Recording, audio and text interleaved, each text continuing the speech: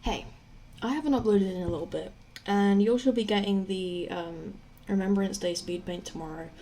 To be honest, I don't know how I'm going to top last year's, but that's not the point of this video. The point of this video is to give some kind of awareness regarding the state of the NHS mental health system by recounting my story. I am diagnosed with generalized anxiety disorder, depression, mild dyslexia, and dyspraxia. I'm also diagnosed with autistic traits, but we'll get to that one later. My generalized anxiety disorder diagnosis mostly came from not being able to find alternate explanation for my physical symptoms. I had chronic severe nausea for years and I would throw up every day. There was no physical cause for it, so they decided it was anxiety and treated it with antidepressants, which now don't really work.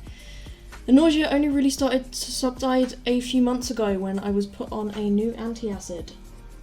When it started several years ago and resulting in throwing up all the time for about 4 years.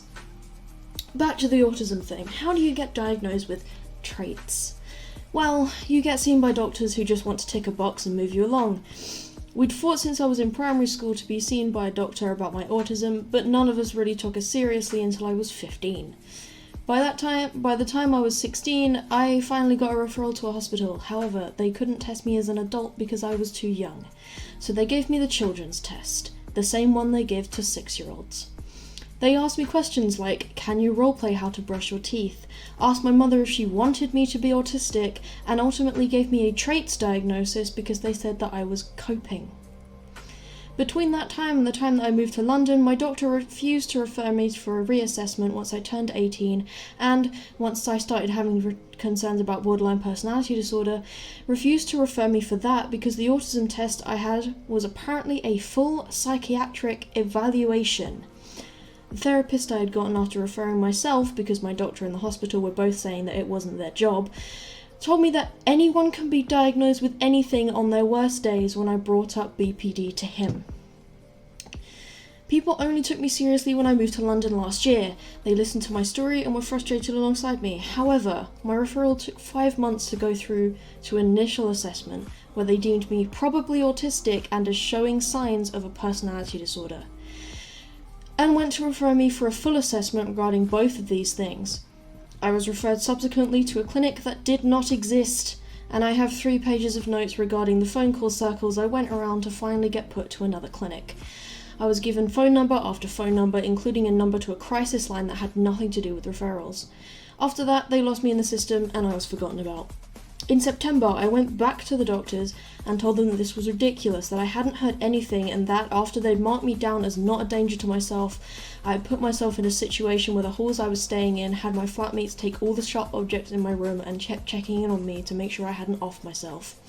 I also had to take myself to a nurse after self-harming in a way that I couldn't fix myself. So I got referred again as an urgent referral, and in October I had a call from a clinic. They had no records regarding me. She had no idea that I'd been seen last year.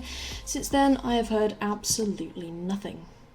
The process is exhausting and incredibly frustrating. I feel like I'm only getting worse while spinning into a void of no one really caring. No one's really taking me seriously because I can still function. I still attend class and I still do things. I can be seen as coping, but my mental health is absolutely awful. At the moment, I can't see an end to all of this. I expect to be seen by people who don't care or not be seen at all.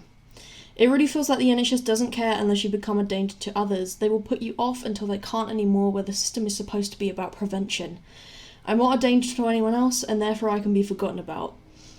I know I'm not the only one sitting through all of this, and I know I'm not the only one frustrated about it. I don't really know what I was planning to accomplish with this video. I guess I just needed to scream about it. Thanks for watching. I'll be seeing you guys again tomorrow, hopefully with the Remembrance Day speed paint and a small announcement.